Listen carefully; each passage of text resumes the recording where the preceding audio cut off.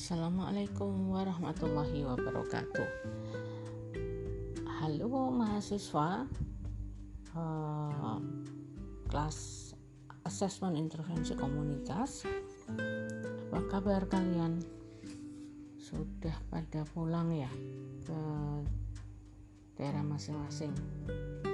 Oke, apapun kegiatan kalian setelah pulang, semoga tetap selalu memperhatikan protokol COVID-19 ya.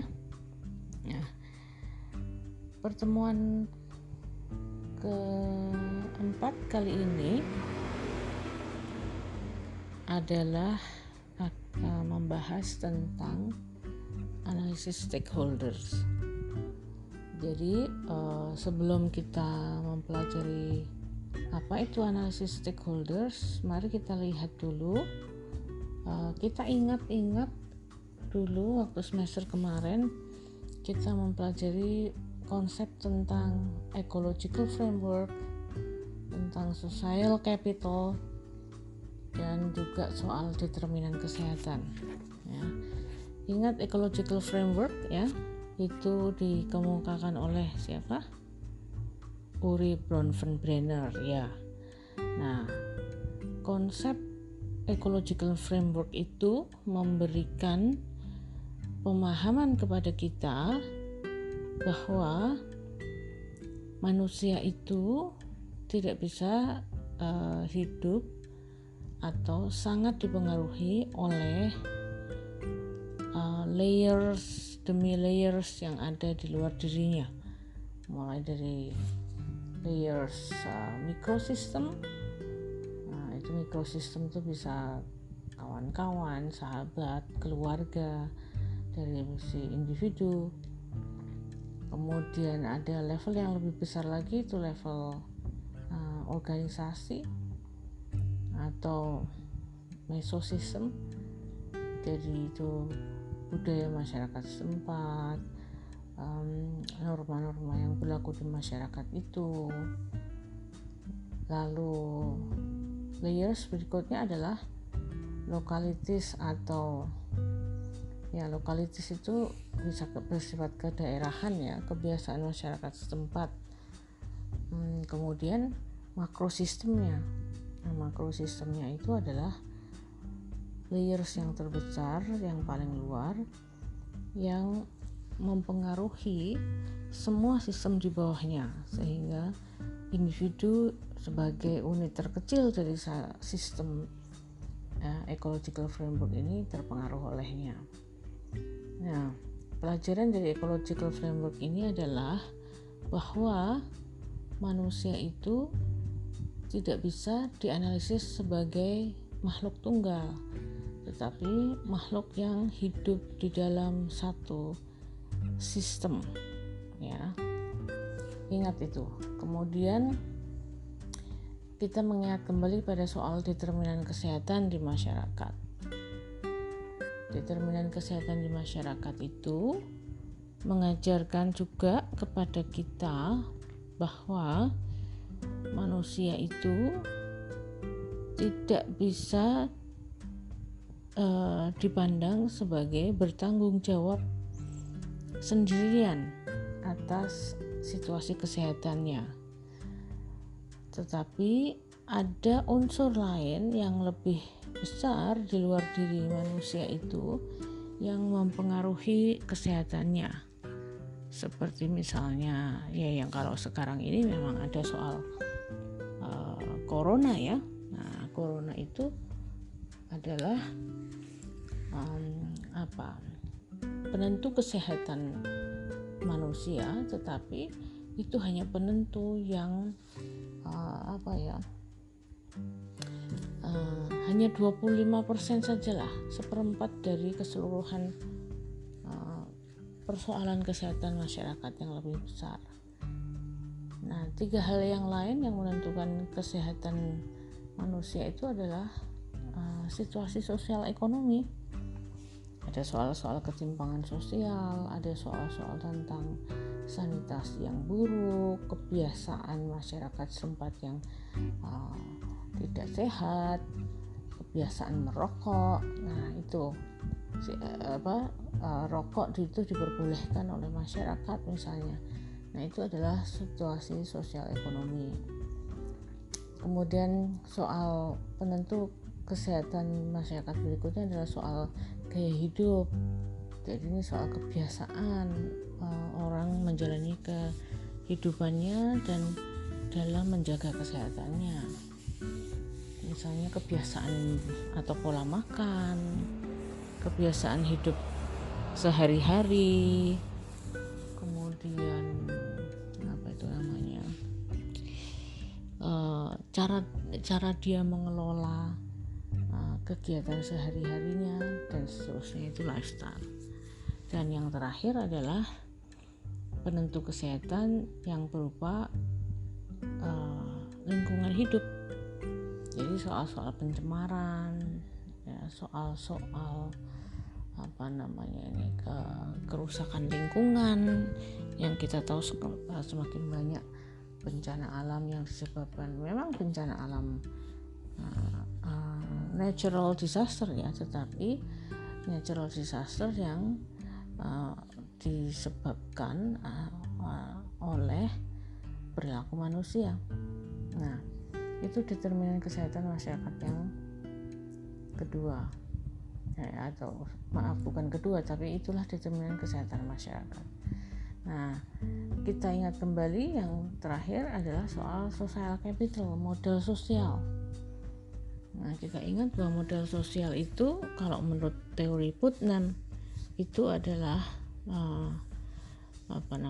bagaimana suatu masyarakat itu bisa saling terhubung satu sama lain karena mereka memiliki networks atau jejaring, mereka memiliki norma bersama yang disepakati dan memiliki kepercayaan sosial atau social trust, sehingga yang tiga hal itu yang memfasilitasi satu masyarakat itu bisa bekerja sama satu sama lain.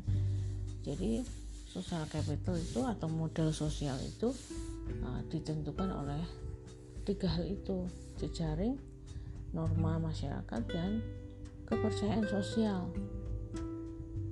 Nah, social capital ini penting untuk melihat bagaimana satu komunitas atau satu masyarakat itu bisa berinteraksi ke arah yang positif, ke arah yang dikehendaki.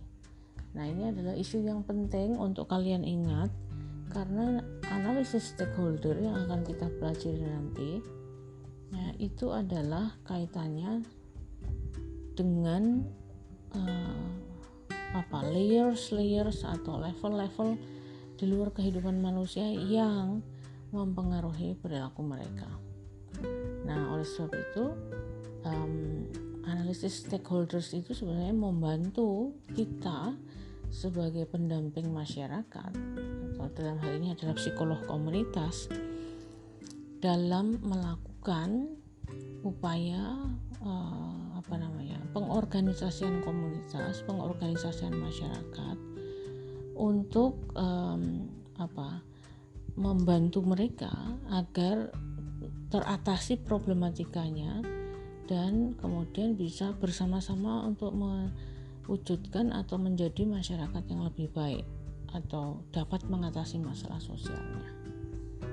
Nah, itu backgroundnya atau latar belakangnya mengapa kita mempelajari tentang mengingat kembali tentang konsep ecological framework, mempelajari konsep determinan kesehatan dan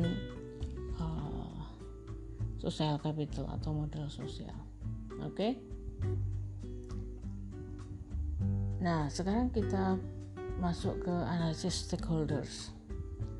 Analisis stakeholders itu atau kita pahami dulu ya, stakeholders itu apa toh? Jadi ketika kita akan melakukan satu community engagement, akan melakukan satu intervensi di masyarakat, kita harus melakukan analisis dulu siapa pihak-pihak selain kita udah tahu masalahnya ya, misalnya kita menganalisis masalahnya apa yang ada di masyarakat itu sudah kita pelajari di pertemuan kemarin ya, yang lebih awal, di mana kita mempelajari tentang asesmen kebutuhan satu masyarakat. Nah, itu artinya kita melakukan asesmen atas apa sih persoalan yang dihadapi masyarakat.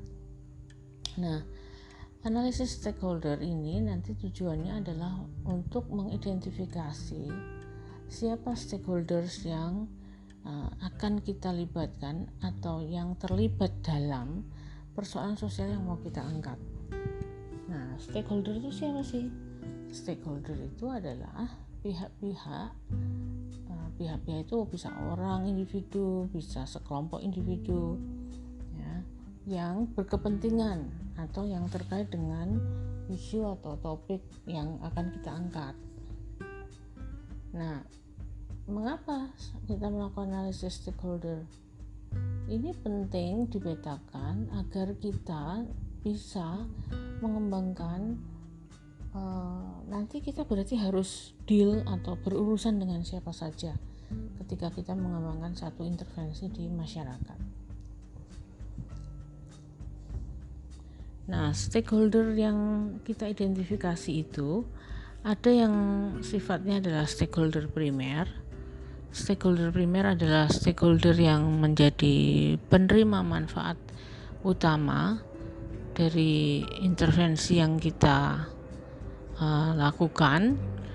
Nah, namanya penerima manfaat ya. Jadi mereka yang langsung memperoleh kemanfaatan dari program intervensi yang kita berikan.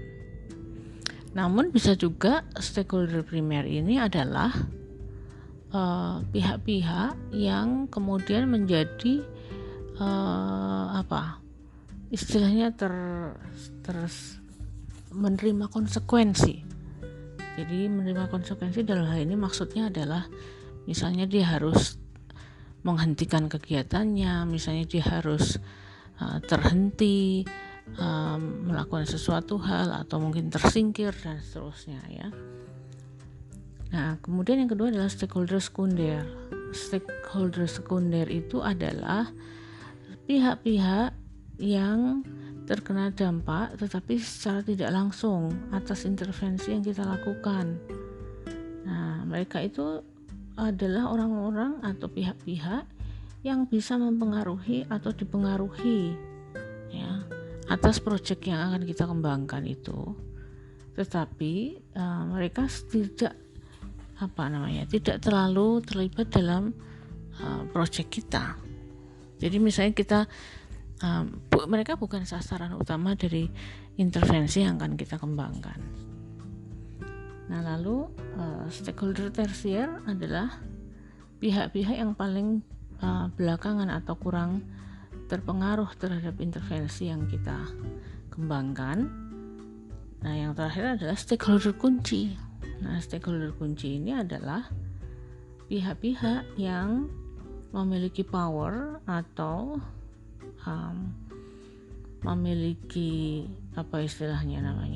memiliki kekuatan yang penting gitu ya, yang berpengaruh gitu atas intervensi yang akan kita kembangkan.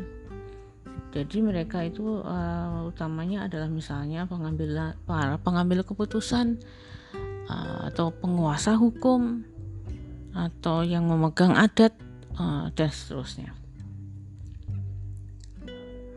Nah, manfaat dari analisis stakeholder ini adalah penting bagi kita.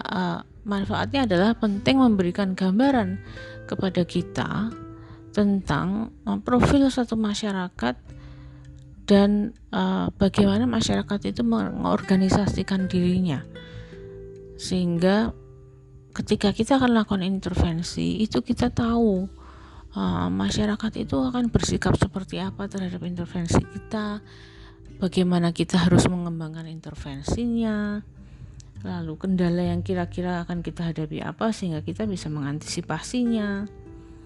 Begitu, antara lain ya, itu manfaat dari analisis stakeholder. Nah, Anda bisa baca di dalam slide.